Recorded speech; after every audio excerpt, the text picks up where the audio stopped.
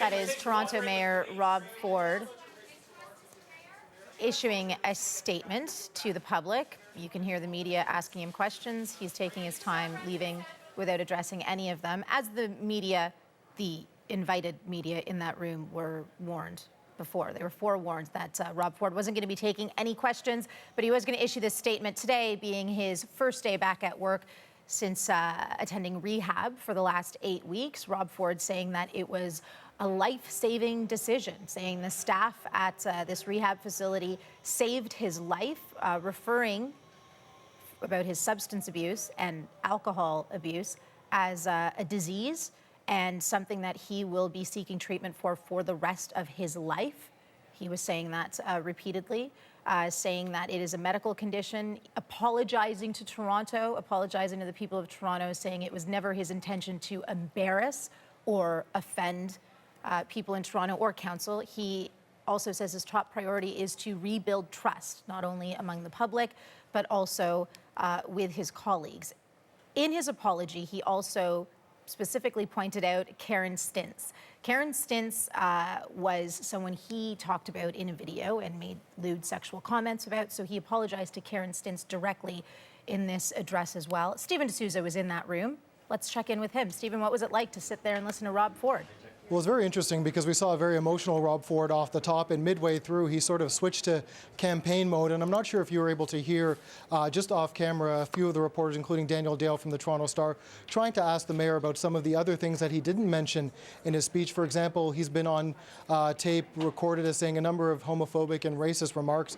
None of that was addressed, but off the top, it was very interesting hearing the mayor talk about his decision to go into rehab, saying that for a long time, as many people dealing with substance abuse, he was in complete denial, and that he convinced himself that he didn't have a problem. And he said that his alcohol and drug abuse, which is an interesting fact, because in the past he's only talked about alcohol abuse and never really admitted to being an abuser of drugs, but he referred to himself as a user, talked about drug abuse, said that it had a severe impact on not only his family, but his job as well. And that's something that he hadn't really talked about in the past, saying that he had experienced some of the darkest moments in his life and that enough was enough. And this was what precipitated his decision to go into rehab. And as you mentioned, he talked about the people at the Greenstone Rehabilitation Centre, which is just north of Toronto. And he said that decision changed his life forever, and that the staff at Greenstone, including what he talked about, some doctors and nurses and including a trainer, basically saved his life, is what he said. And so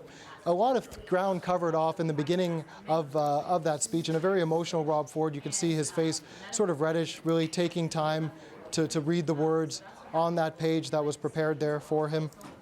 It was interesting, he talked about his addiction, and he talked about it being a disease, a chronic medical condition, and that's something that he will be treated for the rest of his life. So going into this, a lot of people were discussing whether or not the mayor would simply say, 60 days in rehab, I'm done, I'm cured. Well, it appears from what he said there that the mayor says this is something that he's going to be dealing with for the rest of his life. Now, of course, we've heard a lot from the mayor in the past, and the real test is whether or not he lives up to what he said here. Another sort of interesting moment when the mayor sort of switched from being apologetic to sort of campaign mode was that just outside the doors behind me, so behind me is sort of the outer office and the hallway where you usually see us in front of the mayor's office, there were a number of people gathered listening to an audio feed, and at certain times you could hear people actually cheering outside because there's a number of Rob Ford supporters out in the hall, and you could hear them chanting, you know, re-elect Rob Ford in 4 more years. So a very interesting sort of moment there where the mayor switched to discussing his accomplishments, talking about making the TTC an essential service and contracting out garbage, and making a promise to regain the trust of the public. But it's interesting to hear sort of the support that he's getting outside. So nevertheless, these comments made by the mayor will be dissected over by a lot of people, and we will be hearing a lot of this in the coming months as we lead up to the election in October. For anyone who thought the mayor may be stepping aside, it's clear from that he wants to continue on in the race for mayor, wants to be re-elected, wants to continue serving the people of Toronto for many more years to come.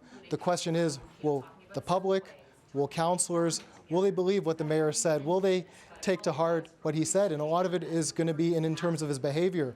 You heard him say that he realized that there were enablers and there were triggers in his life, and this was a lot of the company he kept, and that he severed those relationships. So we're going to be keeping an eye out for that. And no doubt there'll be a very interesting time in the next coming months as we see if Rob Ford can stay true to his word and regain the public's trust. Indeed, Stephen. Thank you very much.